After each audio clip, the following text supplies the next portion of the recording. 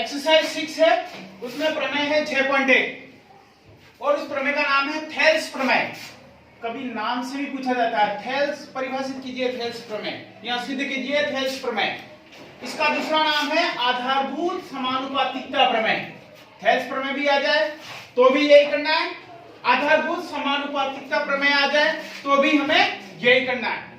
हमें इस प्रमेय के एक एक पॉइंट को बिल्कुल रट के रखना है। कभी कभी क्या होता है, इस थेल्स प्रमेय को सिद्ध कीजिए इतना ही देता है तो हमें ये पूरा स्टेटमेंट भी हमें लिखना होता है।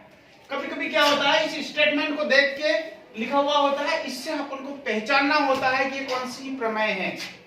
तो हमें क्या करना है कि इसको पूरा रट के रखना है। और हमारी प्रमेय क्या है, यदि किसी त्रिभुज की एक भुजा के समांतर अन्य दो भुजाओं को भिन्न भिन्न बिंदुओं पर प्रतिच्छेद करने के लिए एक रेखा खींची जाए तो यह अन्य दो भुजाएं एक ही अनुपात में विभाजित करती है। यह हमारी प्रमेय है। इस प्रमेय को ध्यान में रखते हुए हम आगे सॉल्व करेंगे। अलग अलग पॉइंट होते हैं। ये हमारा डायग्राम हो गया, इसका चित्र। ये एक त्रिभुज है। अब देखिए इस त्रिभुज में ये भुजा समांतर है, तो जो दिया हुआ है उसको हमें दिए हुए में लिखेंगे, जो सिद्ध करना है उसको लिखेंगे सिद्ध करने में। पहला पॉइंट होता है दिया हुआ, जो हमें दे रखा है। देखिए भुजा DE पैरेलल है BC के। देखो BC ये रही और DE पैरेलल ही है, दोनों इसी रूप में जा रही है, तो ये हमारा दे रखा है। अगले स्टेप हमें सिद्ध करना है AD बटे DB बराबर AE बटे EC। ये हमें सिद्ध करना है। इस प्रमेय को सोल्व करके लास्ट में ये हमें लाना है। तो हम इसको देखते हुए आगे बढ़ेंगे। अब देखिए हमारी प्रमेय में ये त्रिभुज दे रखा है ABC। यहां एक रेखा है DE, दो भागों में विभाजित करती है। यहां से एक लंब डाला है, यहां मिला है, यहां से डाला यहां मिला, यहां से लंब डाला यहां मिला और यहां से डाला तो यहां मिला। सभी बिंदुओं के नाम हमने लिख दिए हैं, A, B, C, D, E और M और N। ये हमारे दो जगह प्रतिच्छेद करती है। क्या लिखा हुआ है, भिन्न दो बिंदुओं पर प्रतिच्छेद करती है। देखो कहां कहां कर रही है, एक तो यहां प्रतिच्छेद कर रही है और एक यहां पे कर रही है।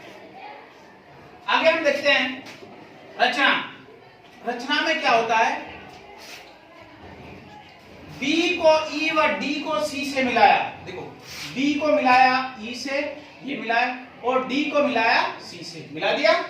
अगली पॉइंट है D से AE पर लंब DN खींचा, D से AE पर एक लंब, देखो ये लंब खींचा। इसी प्रकार इधर एक लंब खींचा, जो लंब खींचा एक यहां खींचा और एक यहां खींचा, दोनों लिख दिया अपन ने, दोनों खींच लिए। अब देखिए हमें उपपत्ति में जाएंगे। दिया हुआ हो गया, सिद्ध करना हो गया, रचना हो गई और उपपत्ति। अब इसके अंतर्गत इसको प्राप्त करने के लिए जो जो क्रिया करेंगे सभी उपपत्ति में लिखेंगे। हमारे पास त्रिभुज बन रहा है, इसमें हर त्रिभुज में अपन उसका 5 क्षेत्रफल निकालते जाएंगे।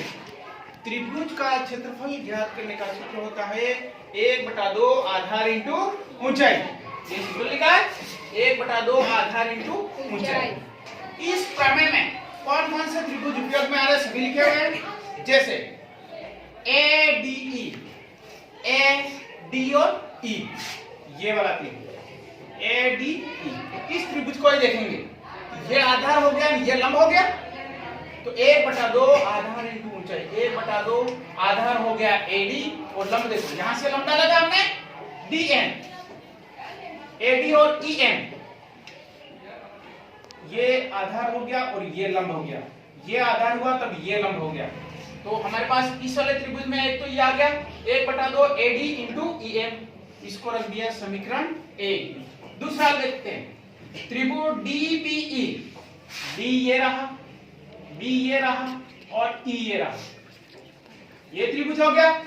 यही फिर रखेंगे हम 1/2 आधार इंटू ऊंचाई, 1/2। DB क्या हो गया, आधार। देखिए DB ये हो गया आधार और EM हमारे ऊंचाई होगी। देखो यहां से यहां तक की, यहां से यहां तक, यहां से यहां मान लेते हैं तो em हमारी होगी ऊंचाई, 1/2 आधार इंटू ऊंचाई। दो समीकरण हो गए। इसी प्रकार ADE का क्षेत्रफल, AD और E का क्षेत्रफल, एक बार तो हमने लिया था इधर लिया था, अब की बार इधर लेंगे। एक बार में ये लंब था, अब की बार ये लंब होगा।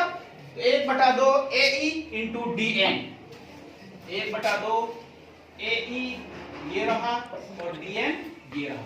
ये हो गया आधार और ये हो गया लंब। इस वाले में था ये आधार था, ये लंब था। इस वाले में है ये आधार और ये लंब है। तीसरा समीकरण आ गया। फिर ले लेते हैं त्रिभुज ECD। E कहां गया? ये रहा, EC और D। पहले हमने ये वाला त्रिभुज लिया था, अब हम ये वाला त्रिभुज लेंगे। बन रहा है त्रिभुज 1/2 आधार इंटू ऊंचाई। आधार हमारा EC हो गया और ऊंचाई DN, D ये रहा, N। इस वाले में ये लिया था, इस वाले में ये लेंगे, DN हो गया।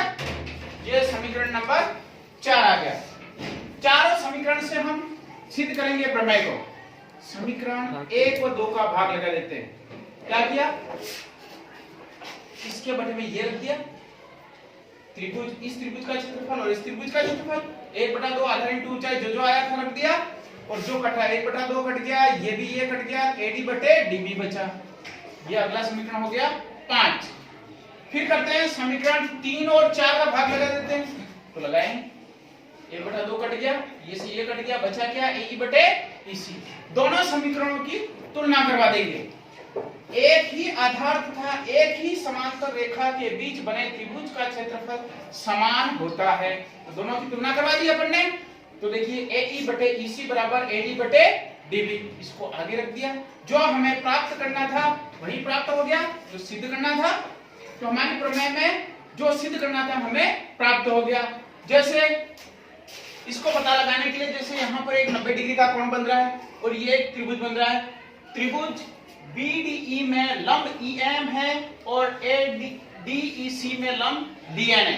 देखिए ये कहना चाहता है कि इस त्रिभुज में यहां से शुरू करते हैं तब ये लंब है और यहां से शुरू करते हैं तब ये लंब है।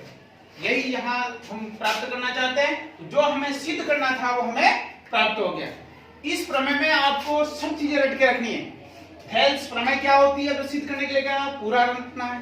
अगर ये स्टेटमेंट दे दिया तो पूरा रखना है। छोटा प्रश्न आता है 2 नंबर का और पूछेगा हेल्स प्रमेय लिखिए, तो ये कितना लिखना है? स्टेटमेंट लिखना है। 1 नंबर का छोटा प्रश्न आता है, 2 नंबर का, और बड़ा आता है 6 नंबर का, तो ये पूरा करना है। कभी कभी आपको स्टेटमेंट भी पूछा जाता है, कभी कभी ये स्टेटमेंट दे रखा होता है और ये पूरा सॉल्व करने के लिए कहा जाता है। इसी प्रकार हम आगे बढ़ेंगे।